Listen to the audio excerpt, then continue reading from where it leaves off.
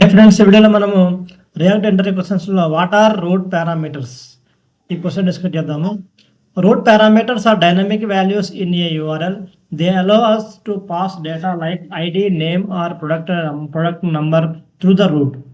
మనకి route parameters అనేవి dynamic వాల్యూస్ని మనము యూజ్ చేసి యూఆర్ఎల్ లోపల మనం రౌటింగ్ అనేది చేయడం జరుగుతుంది అనమాట. అంటే ఐడి కానివ్వండి, నేమ్ కానివ్వండి, ఇలా ప్రొడక్ట్ నంబర్స్ కానివ్వండి, ఆ ప్రొడక్ట్ ఐడి కానివ్వండి, ఇలాగ వాటి యొక్క డైనమిక్ వాల్యూస్ని మనము యూఆర్ఎల్లో మనం పాస్ చేసి దాని ద్వారా మనము రౌటింగ్ చేయడం జరుగుతుంది అనమాట. We use route parameters when multiple pages share the same layout but display different data like user profiles or product details. మనకు లేఅవుట్ ఒకటే ఉంటుంది పేజీ, కాకపోతే అందులో ఉన్న కంటెంట్ అనేది మారుతూ ఉంటుంది. డైనమిక్ డేటా అంటే మల్టిపుల్ పేజెస్ కాకుండా ఒకే లేఅవుట్లో మనము డైనమిక్ డేటాని, అంటే మల్టిపుల్ డేటాని, డిఫరెంట్ డేటాని మనం చూపించడం కోసము ఆ యొక్క ఐడిని కానీ, నేమ్ని కానీ, దాన్ని ప్రొడక్ట్ నెంబర్ ఏదైనా ఒక వాల్యూని తీసుకొని వివరణలో మనము పాస్ చేసి ఇలా చేయడం జరుగుతుంది అనమాట. అంటే ఒకటే లేఅవుట్ ఉంటుంది, మనకి డేటా అనేది మారుతూ ఉంటుంది అనమాట.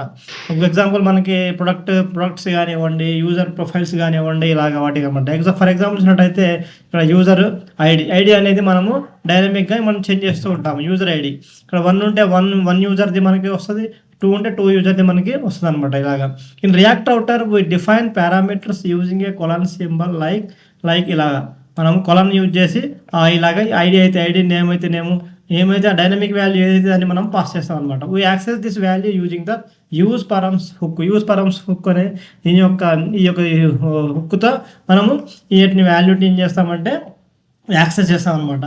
Route parameters are used in ecommerce apps, dashboards, profile pages and admin panels. ఇవి మనకి ఆటోమేటిక్ తెలుసు. ఈకామర్స్ యాప్స్లో కానీ, డాష్బోర్డ్ ప్రొఫైల్ పేజ్లో కానీ, అడ్మిన్ ప్యానల్స్లో కానీ మనము చూస్తుంటాం. ఇలాగా అంటే పారామీటర్ బేస్ చేసి ఇక్కడ యూఆర్ఎల్ అనేది చేంజ్ అవుతూ ఉంటుంది అనమాట. మనకి రౌటింగ్ చూసినట్టయితే ఇక్కడ ఎగ్జాంపుల్లో ఇక్కడ రూట్ పారామీటర్ చూసినట్టయితే ప్రొడక్ట్లో మనకి డిఫరెంట్ ఇక్కడ 100,000 ప్రొడక్ట్స్ ఉంటాయి కాబట్టి ఆ ప్రొడక్ట్ ఐడిని మనం ఏం చేసాము, ఇక్కడ పాస్ చేసాము అనమాట. డైనమిక్గా ఐడిని పాస్ చేసాము. ఈ ఐడి ప్రొడక్ట్ ఉంటుంది. ఆ ప్రొడక్ట్ యొక్క ఐడి 1 ఉంటే 1 పేజీ చూపిస్తుంది, 1 కంటెంట్ చూపిస్తుంది, 2 ఉంటే 2 డేటా చూపిస్తుంది, 3 అంటే 3.